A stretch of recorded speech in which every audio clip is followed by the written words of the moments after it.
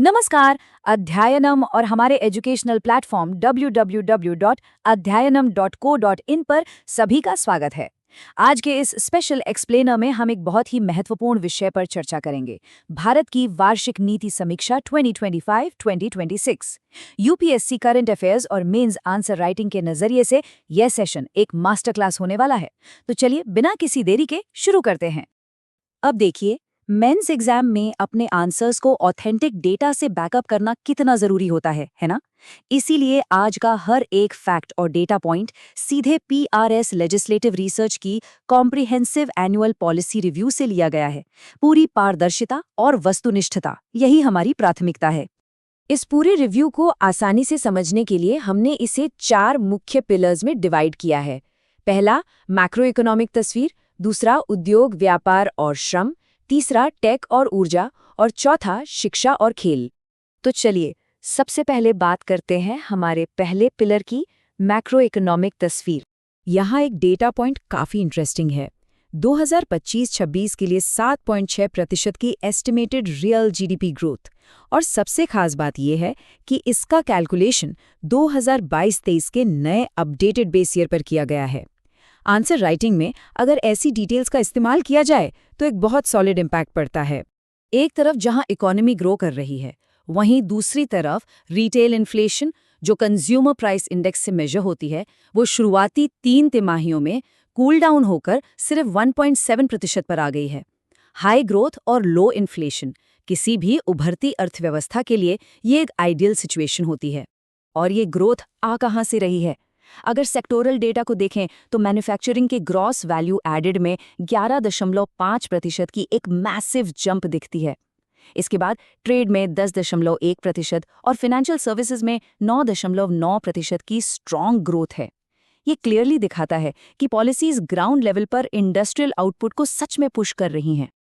अब आते हैं हमारे दूसरे पिलर पर, उद्योग, व्यापार और श्रम। जीएस पेपर 2 और 3 के पर्सपेक्टिव से ये सेगमेंट काफी क्रूशियल है।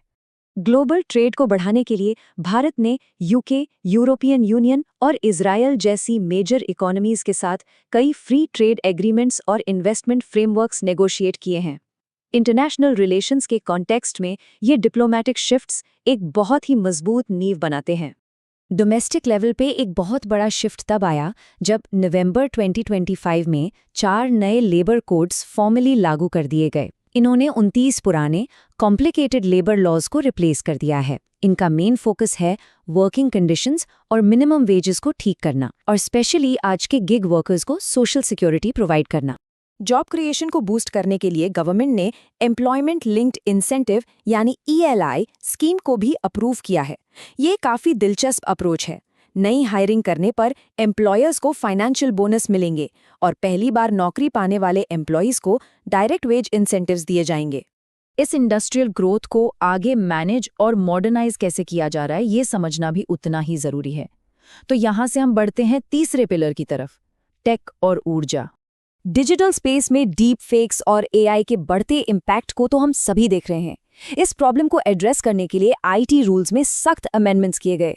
अब किसी भी सिंथेटिकली जनरेटेड कंटेंट के लिए प्रॉपर लेबलिंग और यूजर डिक्लेरेशन देना मैंडेटरी हो गया है, ताकि ट्रांसपेरेंसी बनी रहे। गेमिंग सेक्टर की बात करें तो वहाँ भी लेजिस्लेटिव चेंजेस आए हैं। नए बिल ने ऑनलाइन मनी गेम्स को, जहाँ फाइनेंशियल रिस्क होता है, पूरी तरह से बैन कर दिया है। लेकिन वही दूसरी तरफ जो स्किल बेस्ड ई-स्पोर्ट्स हैं, उनको फॉर्मली रिकॉग्नाइज करके काफ़ी प्रमोट किया जा रहा है। एनवायरनमेंट और सस्टेनेबिलिटी की बात करें तो वेस्ट टू एनर्जी गाइडलाइंस को भी अपडेट किया गया है। इसमें अब टोरिफाइड चारकोल को शामिल किया गया है। यह बेसिकली म्यूनिसिपल सॉलिड वेस्ट को हीट करके बनाया गया एक सॉलिड फ्यूल होता है, जिसे कोल प्लांट्स में को-फायर किया जाएगा। वेस्ट मैनेजमेंट और एमिशंस कम करने के लिए ये एक बहुत स्मार्ट मूव है। रिन्यूएबल्स की तरफ जो ट्रांजिशन हो रहा है, उसको national policy on geothermal energy से एक नया बूस्ट मिला है। इसका एक बड़ा इंटरेस्टिंग गोल है कि जो पुराने छोड़े जा चुके तेल और गैस के कुएं हैं, उनको जियोथर्मल प्लांट्स में कन्वर्ट किया जाए। और इस टेक्नोलॉजी में तेजी लाने के लिए अब इसमें 100% FDI यानी फॉरेन डायरेक्ट इन्वेस्टमेंट भी अलाउ कर दी गई है। और अब चलते हैं हमारे आखिरी यानी चौथे पिलर पर, शिक्षा और खेल। जहां देश की ह्यूमन कैपिटल को डेवलप किया जा रहा है। हायर एजुकेशन इंस्टीट्यूशंस के लिए यूनिवर्सिटी ग्रांट्स कमीशन यानी यूजीसी ने नई गाइडलाइंस इंट्रोड्यूस की हैं। अब कैंपस में डेडिकेटेड सपोर्ट सेंटर्स और इक्वल अपॉर्चुनिटी कमिटीज बनाना जरूरी हो गया है। ये पॉलिसीज क्लियरली स्टूडेंट्स की मेंटल हेल्थ और एंटी डिस्क्रिमिनेशन पर एक बहुत स्ट्रॉन्ग फोकस दिखाती हैं। इसके साथ ही नेशनल स्पोर्ट्स पॉलिसी 2025 को भी अप्रूवल मिल गया है। ये पॉलिसी सिर्फ एथलेटिक एक्सीलेंस या पैरा स्पोर्ट्स तक लिमिटेड नहीं है।